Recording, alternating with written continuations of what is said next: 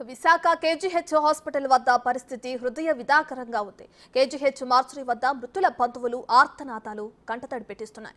విశాఖలోని Essentia pharma కంపెనీలో reactor పేరి మరణించిన 12 మంది ఉద్యోగుల మృతదేహాలకు కేజీహెచ్ కు మార్చురీకి తరలించారు. తమకు కనీస సమాచారం ఇవ్వడం లేదంటూ బంధువులు ఆందోళన చేపట్టారు. ఆ డీటెయిల్స్ మా ప్రతినిధి నాయుడు అందిస్తారు.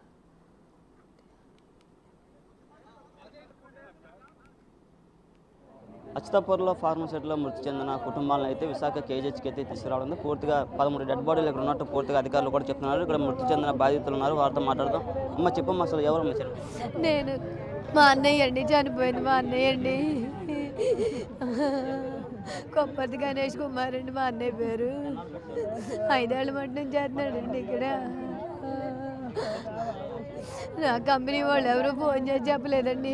వాళ్ళ ద్వారా వీళ్ళ ద్వారా తెలుసుకుని మేము ఇక్కడ దాకా వచ్చామండి. ఇక్కడికి వచ్చేటప్పటికి ఏ చిన్న చితగా దెబ్బలతో బయటపడతాడేమోనని చెప్పేసి ఎదురు చూసామండి. చిన్న చితగా దెబ్బలు కాదండి బాబు, మొత్తానికి ఆ కంపెనీ మింగేసిందండి. వాళ్ళు కనీసం చూసుకోవాలి కదండి. వీళ్ళకి దెబ్బలు అయితే పర్వాలేదు కదండి, జనాలు మృతులు అయిపోయారు కదండి. మాకు ఇప్పుడు దిక్కెవరండి? మా నాన్నగారు లేరండి. మా నాన్నగారు చనిపోయి 10 ఏళ్ళు అయిందండి. మా దిక్కు మా అన్నయ్య అండి. ఇప్పుడు మాకు దిక్కు లేదండి. మాకు ఎవరండి దిక్కు? నా కొడుకు బాబు, ఏమని చెప్పండి బాబు. నా ఒక్క కొడుకు బాబు, నాకు ఏ ఆధారం లేదు. నా భర్త చచ్చిపోయి 10 ఏళ్ళు అయింది బాబు. నా బిడ్డే నా కొంపకు ఆధారం బాబు. నాకే ఆధారం లేదు బాబు. నా కొంపకు నా బిడ్డే ఆధారం బాబు. నా 10 ఏళ్ళు అయింది బాబు నా భర్త చచ్చిపోయి.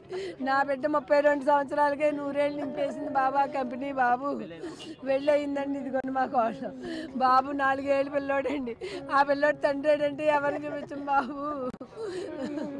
నా కూతురండి, ఒక్క కూతురు ఒక కొడుకునండి. నా కొడుకుని మింగేసామండి బాబు. ఈ కంపెనీ వాళ్ళు మింగేశారు బాబు.